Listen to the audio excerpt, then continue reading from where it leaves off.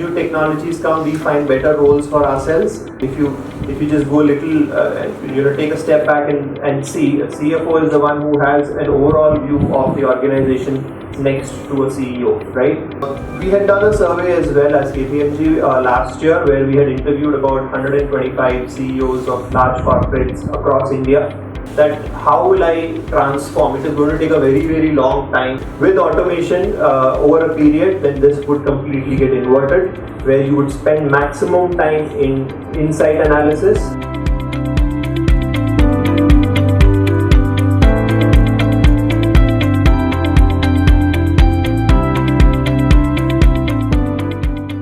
And talk through my experiences as to how we are seeing this across the country and even outside India, as to how the finance function and how a CFO is now becoming more a strategist and just not a record keeper or a score keeper within an organization. So we'll talk through that.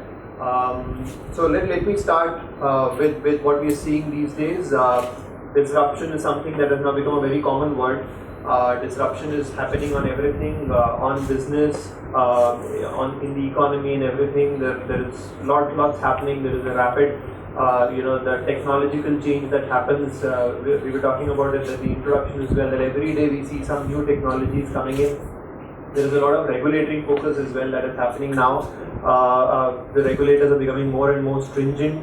Our own population, our workforce dynamics are changing big time. The new millennials, if you speak to them, they have very, very different ways of looking at things as compared to where we come from. So a lot of things are happening, and it is a matter of time that if we don't upskill ourselves, we might just become obsolete. We realized this some time back, and we are seeing this trend happening across organizations. So finance function is up for a big rejig as we see. It will happen over a period, but if you look at some of the statistics that are out, there was an Oxford survey that had happened some time back, which said that there is a 94% probability that the accounting profession will get replaced, and it will be replaced by machines. So that's the kind of magnitude. There was also a World Economic Forum survey that happened, which says that 10% of the population will have a role change in terms of an occupational change in the next 10 to 15 years. By 2022, about 60,000 jobs will get replaced. That's the sad part, but the good part is it also says that about 100 million new roles will get created by then. So while a lot of people have this fear that if I'm in an accounting profession, or if I'm in certain things which are more manual, it will get automated and I will get replaced, and I might lose my job. That might not be the case, because as we are evolving, as computers came in the 1980s, people thought that now computers have come again, we'll get replaced. But as new technologies come, we find better roles for ourselves, and that is what will happen in the next 10-15 years for us as well, where we will be doing better jobs. The mundane or the routine kind of transactions will be left to machines, and we will be doing more intellectual and more insightful kind of jobs. So that is the direction in which we are going. The CFO's office is no different. As I said, we have to evolve. While there is a threat for us on all of this, I think it's a great opportunity. Because the CFO's office or the CFOs are very well placed within an organization, and if you just go a little, take a step back and see, a CFO is the one who has an overall view of the organization next to a CEO, right? There may be the marketing team that may only be doing sales. There may be production guys who will only be focusing on production, but a CFO is the one who has a hold of all these departments. And from where we see it, that is what will take the CFOs to the next level, to the next, from a scorekeeper, as we say, to a strategist within an organization. We had done a survey as well as KPMG last year, where we had interviewed about 125 CEOs of large corporates across India, and we took a view on where they see this disruption going. And I put up some of the results that came out of that survey. So if you see, with respect to disruption, I think there are no two thoughts. 86% believe that for the organization to exist, there is no option but for them to get agile. Right? They have to change the way things are happening, and that will happen because of a lot of factors. But I think that's a fact now, that there is something that we need to change over a period. 94% again see the technological changes that are happening more as an opportunity. You will be gaining more efficiencies, you'll become leaner, you'll add more value. So they see technology changes more as an opportunity and not as a threat. So that's a good part. Having said that, from a digital or from moving one step ahead, there are some concerns as well. While technology will bring in a lot of insights, about 81% of the CEOs believe that they don't really have confidence in the analysis that will be given up by machines. So as we move today, we are more in a descriptive kind of an analysis where we look at data and we say, okay, what has happened? We might get into a diagnostic phase as well where we say, okay, it happened, but why did it happen? So we'll do a root cause analysis. As we move along, we'll have to get into more predictive and more prescriptive kind of analysis of data, which will be where machines will come in. You'll bring in cognitive and artificial intelligence into play, and you will try and predict what will happen in the future, and that is where machines will play a major part. CEOs still believe with what we have today with us in terms of technology, they still are not fully confident, but it's a matter of testing it, and then I'm sure that number is going to go up. 93% are still concerned, and like most of us are concerned, that how will I transform? It is going to take a very, very long time for me to plan, for me to implement. So the lead time for me to transform to the next phase is very high. So how will I manage? So there are concerns around that as well.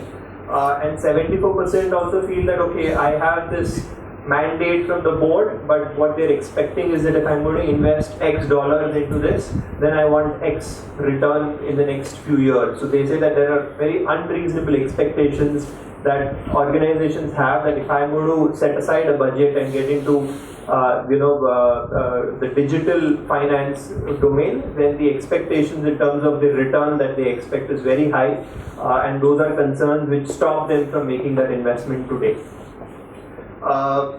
In case or there's no option, but whenever you invest, the key investment areas that have been identified by the CEOs are again very similar. So they want to invest in predictive analysis, they want to invest into artificial intelligence, cognitive technology. So those are the things. And even if you see the top 5 agendas that we had asked them to name, which they have for the next 3 odd years, if you see those on the right bottom table, 3 out of those 5 are again related to digital. So they want to invest in digital infrastructure, they want to be more data driven, and they want to implement the disruptive technologies. So everything these days, if you see within an organization, people have realized that there is no other way but to go the way of technology and try and implement that to make your organization more agile, more leaner, and more profitable and value adding in the end.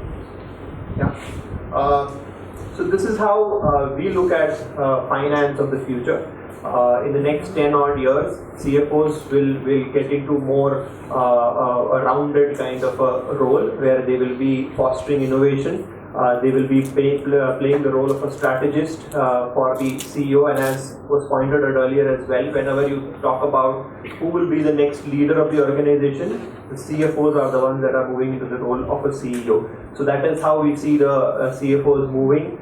We will employ much less labor, so as we are seeing more and more roles within an organization are getting automated. So in the next 10 odd years, it is expected that about 70% less people would be required to do the mundane jobs, but not that people will lose jobs, they will get into better roles, and that's what is the expectation. So most of the mundane tasks would be taken up by machines. There will be technologies that are emerging as we speak, so they will be taking care.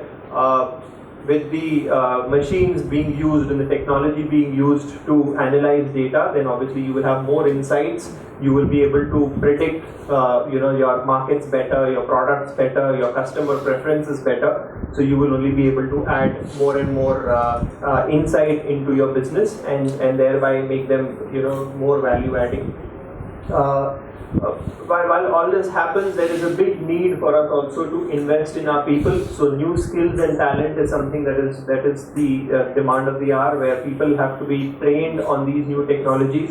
A lot of organizations are investing a lot in upskilling their people and making sure that they're ready for the next, the next era. I'm sure our profession as well, chartered accountancy and all other professions also, as we go along, are going to upskill in terms of these technologies. Otherwise, as I said, just knowing accountancy beyond a point these days is not something that we can live with beyond a few years. Yeah, so that's very important. This is the agenda for disruption that we have worked with leading organizations, and this is how people are thinking. So there are 4 parts to it. All 4 independently add value, but the entire cycle gets completed when you look at them together. So I'll talk to them. So extreme automation is what I've been speaking about, where you try and bring technology in all the spheres that you can today implement. So bring in artificial intelligence, bring in cognitive, bring in RPA process, and things like that. So extreme automation is step 1. If I do that within an organization, if I'm able to invest and bring in extreme automation, then that helps me gain the insights that I need to run my business. Which I was saying, the descriptive and the diagnostic analysis that we today do, and we keep churning data, that will be automated, that will be much more refined, much more value adding. Prescriptive and predictive analysis is something that I can generate using machines. So once I set the process of automation, then that helps getting insights. And if you see most organizations today, the e-commerce ones are great examples. The moment you go and check a product, the next time you go, it comes up first. So all this is happening only with machines, where they are now picking that this is your preference. And then they try and show you 5 more products on those lines for you to easily pick, and most of us then fall for that and buy one of those. So those are the kind of analysis that is happening at the back end. Social media, whenever you even go and check out your Facebook account, you'll get ads of the product that you would have seen yesterday on an Amazon site. So these are the kind of links that have been established for them to sell, and this is only happening because of the technologies that these companies have invested in.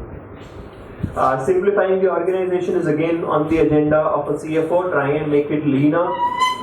Try and have less people doing mundane tasks, and I'll talk about that a little more.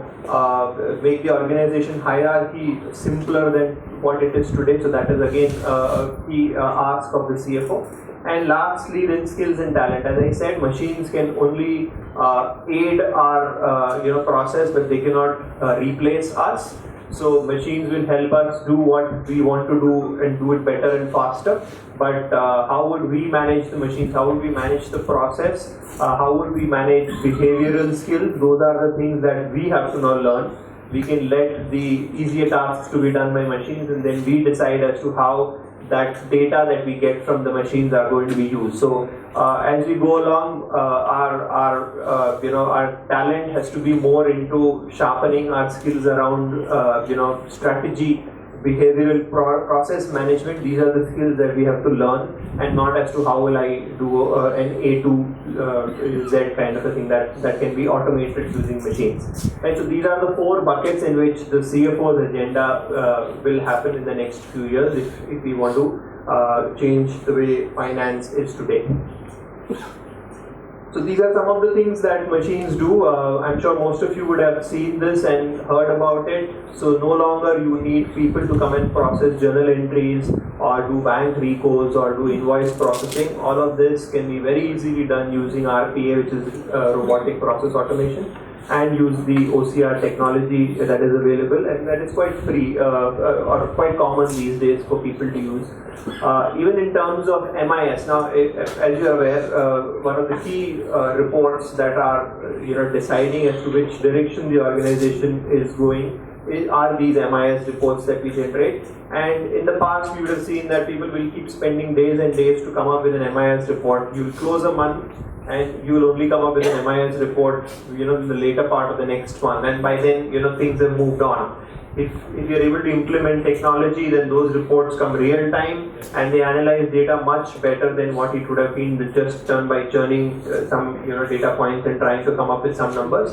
The kind of reporting that you will get, for which will enable people to make decisions and allocate resources in the appropriate manner, then that can be a great benefit if you're trying to use automation around. Finance assistant chatbot is again something that most organizations implement. where for the routine questions that are there, then there is a bot that you can talk to and give answers. So it will be an IM where you just put in at any website. So these days you go, there are bots that are there to take care of your needs. So that is something that is happening at a very rapid pace. So with automation, you will basically invert the paradigms that exist today. If you see the finance capabilities, it is into 4 divisions, starting with the bottom, the foundational and the transactional, where you basically do data entry. The second is where you try and normalize the data and govern that data by taking out outliers and trying to build a theme around it. Then you use cognitive and analytics to analyze that data, and that gives you the insight that you're looking for. So you deliver the insight. If you see today's, the allocation of resources, you will see that majority of us are focusing more on foundational and transactional data, and very few or maybe no insight delivery kind of resource allocation happens. With automation, over a period, then this would completely get inverted, where you would spend maximum time in insight analysis and very little time with whatever you need to manage machines. Only that much would be focusing on the transactional on the foundation part, but majority of it would then be using that data and trying to make decisions out of that. Right? So it will get completely inverted over a period of time. With automation, the delivery models as such will also get disrupted. A lot of organizations today spend a lot of time in trying to see, okay, where should I place my shared service center? There is a concept of onshore and offshore. Where will I get cheap labor? Where will I have no language barriers? India, in that sense, has benefited greatly. But with technology coming up, there will no longer be any such onshore, offshore, because everything will be virtual. So there will basically be a situation where there will be no shore. So there is nothing that will be onshore or offshore. Everything would be on the cloud. Everything would be virtual. So where work gets done, no such geographical barriers would exist. It will all be virtual. What work gets done by us, it will only be high-end kind of work. We will not be doing any mundane work. We will only be analyzing data. We will be doing the process management stuff. How work would get done? If we would have implemented technologies and they would take care of. So artificial intelligence, cognitive. These are the ways in which we would be getting the work done, and that is how the machines would take care. In terms of our allocation of our time, so if we have, say, a percentage of 100 for us to manage work, a majority, 60% of the finance function today is focusing more on transactional, and that is the analysis that is there on the left side of this slide, where it says that majority of time is on transaction processing. Finance risk and controls, because there is manual interventions are prone to errors and prone to a lot of issues. So a lot of time goes in building in risk controls and trying to make sure that everything is going fine. And if you see the small pie, the small share in this pie is towards data analytics and budgeting and planning. So because we don't have enough time, we are not able to do justice to the data that we have on our hand, and if we analyze it properly. So what it results in high cost, because we are employing more and more people to get all of this done. And if you see the value, there is very little value that we get. It is all very historical data, not much of use, and we are not able to reinvent the business model. With extreme automation, what will happen, you will go to the right side where you will spend very, very little time on transaction processing. You will have a lot of time for analytics. You will have a lot of time for process management. And if you see the cost for that, because of automation, you will have very little time very little money that you would be spending on labor. You'll spend a lot of time. You would have spent a lot of effort and cost on automation, which will not reap benefit. So the cost overall would go down, and the value that it would derive will be very, very high. So it will be a better place to work for all of us, because it will be value adding for all of us in that sense. This is what I spoke, the analysis as well, moving from descriptive to now prescriptive. We would have heard about predictive analysis so far, because predictive is something that is already being done by most organizations.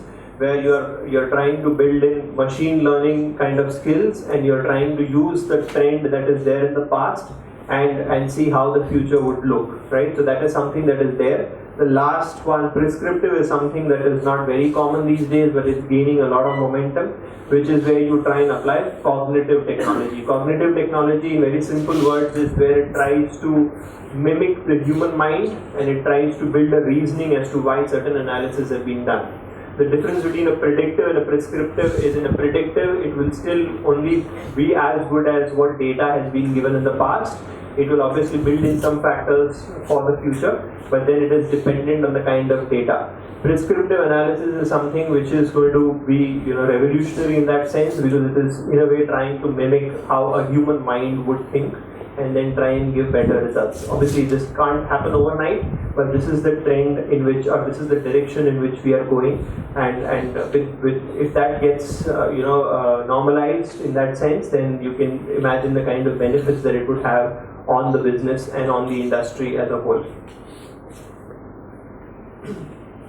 The capability framework that I spoke about, the 4 layers that I spoke about, transactional to start with at the bottom and coming up to insight. With automation, all of this is getting automated. So if you see the underlying to all of these layers would have changed. Foundation will now only be machines. There will be very little human intervention. The human intervention will be limited only to process management, because there is a lot of automation.